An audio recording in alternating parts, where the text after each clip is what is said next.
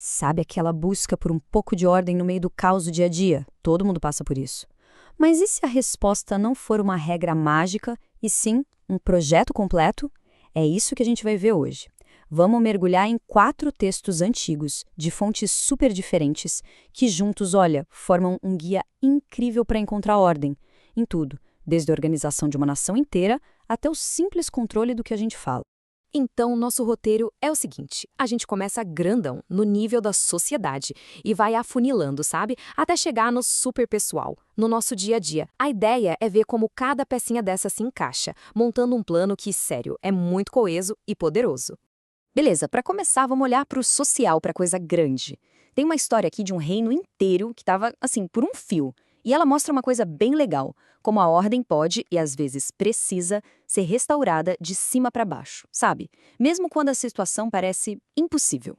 Pensa só no cenário. A história já abre com o caos social no nível máximo que dá para imaginar. Um decreto, uma lei oficial para simplesmente aniquilar um povo inteiro. Isso vai muito além de uma simples desordem, né? É a destruição com o carimbo do Estado. É o oposto completo do que seria uma sociedade justa. E aí que vem a virada de chave, uma inversão total. O caos não é só ignorado, não, ele é combatido de frente, com outra lei, um contradecreto. E o legal é que ele não só para a destruição, ele vai além. Ele ativamente restaura a justiça e dá de volta a chance de sobreviver.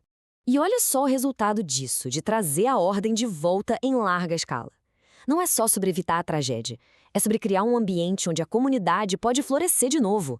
A consequência lógica da ordem, nesse caso, é a festa, é a alegria, um sentimento profundo de segurança e de honra. Ok, a ordem social é uma peça importante do quebra-cabeça, com certeza. Mas e a bagunça que a gente sente aqui dentro?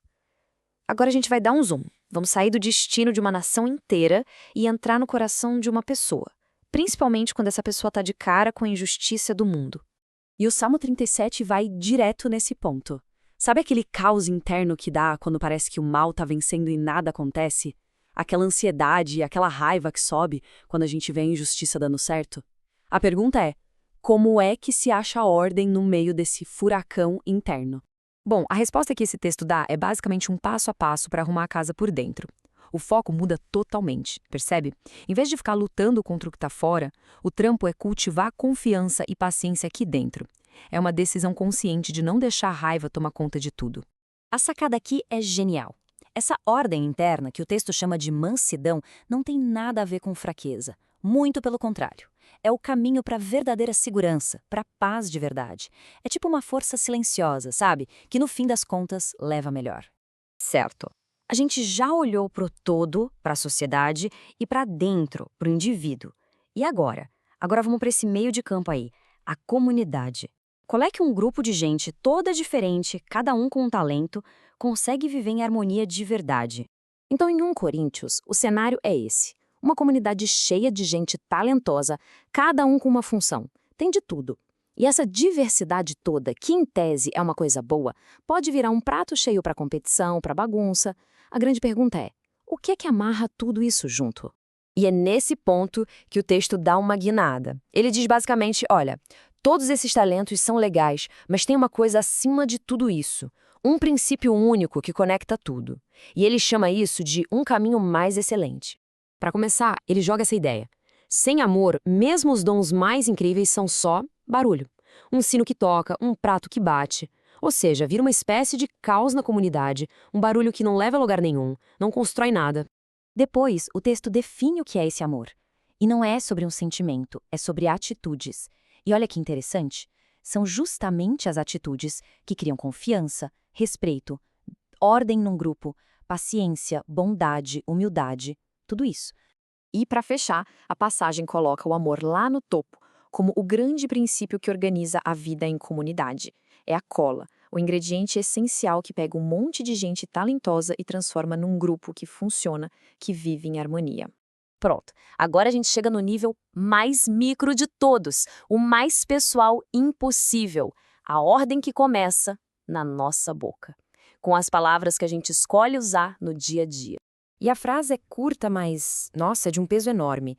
Ela faz uma conexão direta, sem rodeios, entre ter disciplina no que se fala e ter segurança e ordem na própria vida. Ou seja, cuidar do que sai da boca é, no fundo, proteger a si mesmo. E o risco aqui não é pequeno, não. O texto usa uma palavra bem pesada: angústias. A gente pode traduzir como calamidade, desastre mesmo. Falar sem pensar não é só uma gafe social, entende? Pode levar a um desastre na vida da pessoa. É o oposto de uma vida organizada. Beleza. Agora que a gente viu cada uma dessas partes, vamos dar um passo para trás e olhar a imagem completa.